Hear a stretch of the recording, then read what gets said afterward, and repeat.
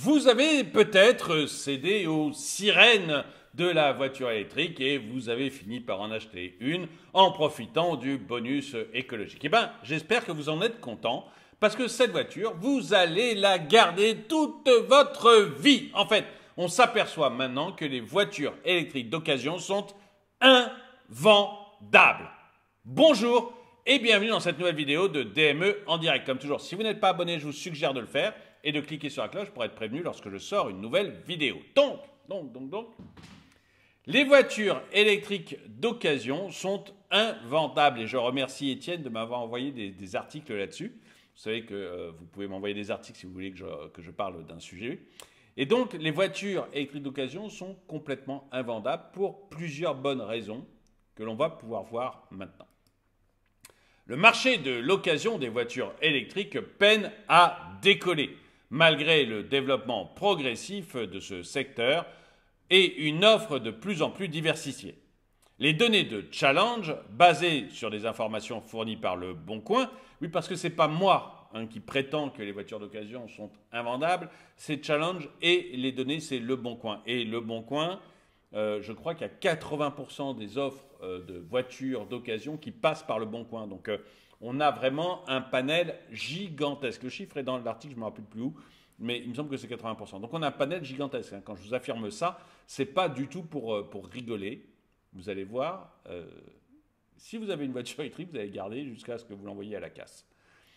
Alors, et à ce moment-là, vous paierez probablement des taxes liées à la batterie qu'on ne sera pas recyclée à ce moment-là. Donc, les données de Challenge, basées sur des informations fournies par Le Bon Coin, révèlent que les voitures électriques d'occasion sont largement boudées par les consommateurs français. Cette situation suscite des interrogations sur l'avenir du marché de l'occasion et les conséquences potentielles pour les constructeurs automobiles. Un marché encore très limité. Longtemps, on a attribué la timidité du marché de l'occasion des véhicules électriques à une offre limitée.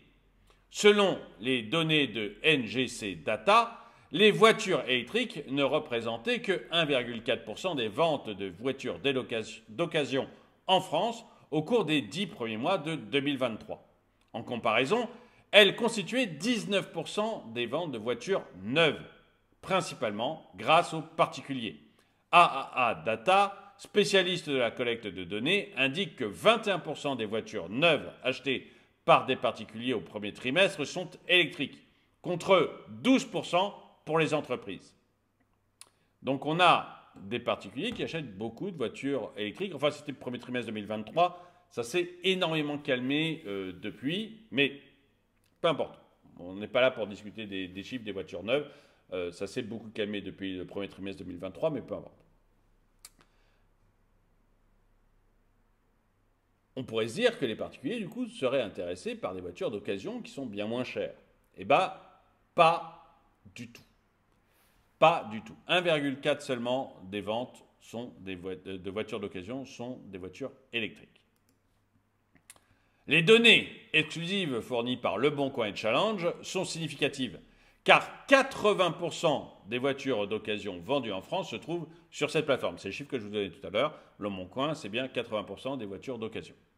En 2022, les annonces de voitures électriques ne représentaient que 1,4% de toutes les publications sur la plateforme, correspondant exactement au pourcentage des ventes réelles.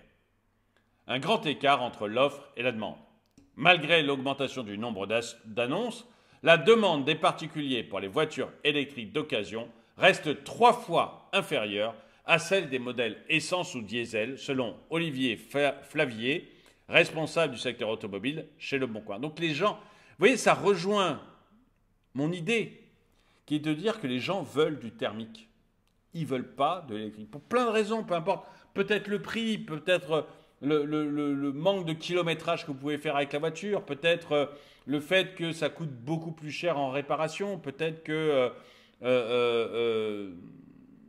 ils ont juste des problèmes pour la recharger chez eux. Hein, vous habitez un appartement, vous ne voyez pas trop comment vous allez recharger, un appartement dans une ville, vous ne voyez pas trop comment vous allez recharger votre voiture électrique la nuit, quoi.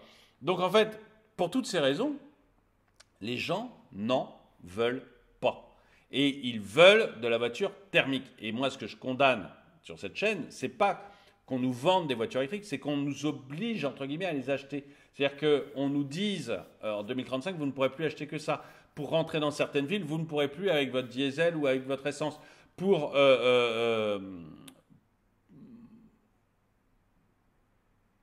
aujourd'hui, vous avez des bonus uniquement pour la voiture électrique. Et si vous achetez de la voiture thermique, vous avez un malus. Donc en fait, si vous voulez, on nous pousse à fond là-dessus, avec des délais qui sont, à mon avis, complètement grotesques. On n'arrivera jamais à tenir, on s'en apercevra quand on y sera comme d'habitude en France. Mais je parle de 2035 et le fait qu'on n'aura jamais assez d'électricité pour fournir. Même 2030, on n'aura pas assez d'électricité si on suit le plan Macron. Donc voilà. Mais peu importe. Mais si vous voulez, c'est ça que je critique. Après, si vous voulez une voiture électrique, achetez-vous une voiture électrique. Mais on voit aussi que les gens, comme je le pense, ne veulent pas de voitures électriques. Ils veulent des voitures thermiques et ils achètent encore, enfin, ils cherchent encore quand ils prennent de l'occasion. Eh bien, ils cherchent trois fois plus souvent des voitures thermiques que des voitures électriques. Cette conclusion se base sur le nombre d'annonces vues, le nombre de vues enregistrées pour chaque annonce. En moyenne, une annonce pour une voiture électrique reçoit 2,1 visites, tandis que les voitures essence et diesel reçoivent 5,5 et 5,9 visites. Donc les gens sont intéressés par l'essence et le diesel beaucoup plus, 3 fois plus que pour l'électrique. Le boom de l'offre des voitures électriques d'occasion sans une demande correspondante entraîne inévitablement une dépréciation des prix. Vous avez votre voiture électrique d'occasion, vous voulez la vendre, il n'y a pas de demande en face, fatalement, vous allez devoir baisser votre prix pour essayer d'être l'un des rares qui arrive à vendre sa voiture électrique d'occasion. Pour concurrencer toutes les autres bagnoles électriques qu'il y a aussi sur le Bon Coin, vous allez essayer de vous démarquer en baissant votre prix. Entre le troisième trimestre 2023 et la même période en 2022, le prix moyen des voitures électriques affiché sur le site de petites annonces a chuté de 18,5%. Vous voyez, c'est pas non plus... Vous voyez, enfin, tout va dans le même sens, je veux dire. 18,5%. C'est-à-dire que les gens revendent leurs voitures d'occasion électriques 20% moins cher que ce qu'ils pensaient. C'est quand même gigantesque. Vous savez, quand il y avait une pub, je crois que c'est Volkswagen qui faisait la pub, il faudra vraiment que je vérifie parce que ça fait 2 fois que j'en parle de cette pub. Et Volkswagen, je crois, faisait une pub dans laquelle il disait, ou c'est Audi, quand on achète une voiture, il faudrait toujours penser à sa revente. Hein, parce qu'au moment où vous revendez, ça vous fait un capital pour acheter la voiture suivante. Bon. Eh ben, la voiture électrique, je suis désolé, la revente, on voit que ça se passe mal, c'est difficile de trouver des clients, et en plus, on vend beaucoup moins cher que ce qu'on espérait.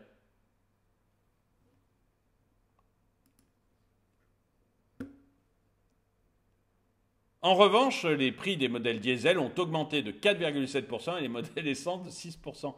Ouais, mais c'est incroyable. Les gens veulent de l'essence et du diesel. Arrêtez de vouloir leur fourguer de l'électrique.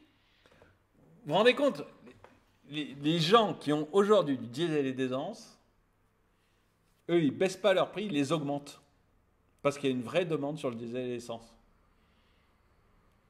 Et vous avez ceux qui ont des voitures électriques qui ont baissé leur prix de 20% pour réussir à les refourguer d'occasion. Ceux qui ont des diesel et l'essence, la demande est tellement forte qu'ils ont augmenté leur prix de 6%. Les gens veulent de diesel et d'essence, ils ne veulent pas d'électrique. Dites-moi ce que vous en pensez dans les commentaires. Moi, ça me paraît clair quand je vois des chiffres comme ça. Parce que le marché de l'occasion est un marché qui n'est pas trop faussé par l'État. Donc c'est pas mal. Après, je veux dire, l'État donne des grosses aides aux neufs et très très peu d'aides, et ça va probablement s'arrêter même, les aides, pour l'occasion. Donc on a un marché qui n'est pas trop faussé, on voit ce que les gens veulent acheter, et on voit avec le prix, les augmentations et les baisses de prix, on voit ce que les gens veulent, quoi. Après avoir atteint un pic de plus de 32 000 € en septembre 2022, le prix moyen des voitures électriques se situe désormais à 26 420 €. À ce jour, les voitures électriques neuves semblent plus attractives pour certains acheteurs, tandis que les voitures d'occasion peinent à trouver leur public. Les faibles loyers proposés par les constructeurs pour les voitures électriques neuves attirent les acheteurs à la recherche d'une seconde voiture. Cependant, si la forte dépréciation des voitures électriques se confirme, les offres pourraient devenir problématiques pour les constructeurs qui pourraient être contraints de baisser les prix pour vendre des véhicules d'occasion à faible valeur résiduelle. En fin de compte, si j'ai bien compris, là j'ai un petit doute, mais ce que j'ai compris, c'est que grosso modo, si vous n'arrivez plus à vendre vos voitures d'occasion ou que vous êtes obligé de baisser le prix, eh ben, le vendeur automobile, quand il vous vend la voiture neuve, il est obligé d'en tenir compte parce que vous, dans votre tête, vous achetez une voiture 10 000 euros neuve, c'est pas 10 000 euros, mais peu importe. Vous achetez une voiture 10 000 euros neuve et vous savez que vous allez la revendre 5 000 euros quand elle sera d'occasion, grosso modo, votre effort il est de 5 000 euros, vous l'acceptez. Par contre, si vous achetez la même voiture 10 000 euros neuve, mais vous savez que quand à la revente, ça va être, elle va en valoir 2 000, bah, votre effort il est plus de 5 000, il est de 8 000. Donc ça change tout pour vous. Du coup, pour vous vendre la voiture neuve à 10 000, pour vendre la voiture neuve, le vendeur va plus pouvoir vous la vendre 10 000, il va devoir baisser son prix de 2 ou 3 000 euros pour que vous acceptiez de faire l'effort. Et ça risque de causer quelques problèmes aux constructeurs automobiles. En fin de compte, pour séduire les automobilistes au budget les moins élevés, la voiture électrique devra devenir plus abordable tout en offrant des performances équivalentes à celles des véhicules thermiques au même prix. Au même prix, ça va être chaud. Hein. Les données du marché de l'occasion rappellent la réalité à une industrie automobile en pleine transition. Et j'aimerais bien savoir ce que vous en pensez, parce que moi, effectivement, ce qui m'a intéressé dans cet article, c'était justement qu'on voit le réel dans l'occasion, c'est-à-dire qu'on voit que les gens cherchent 3 fois plus du diesel ou de l'essence qu'ils ne cherchent de l'électrique.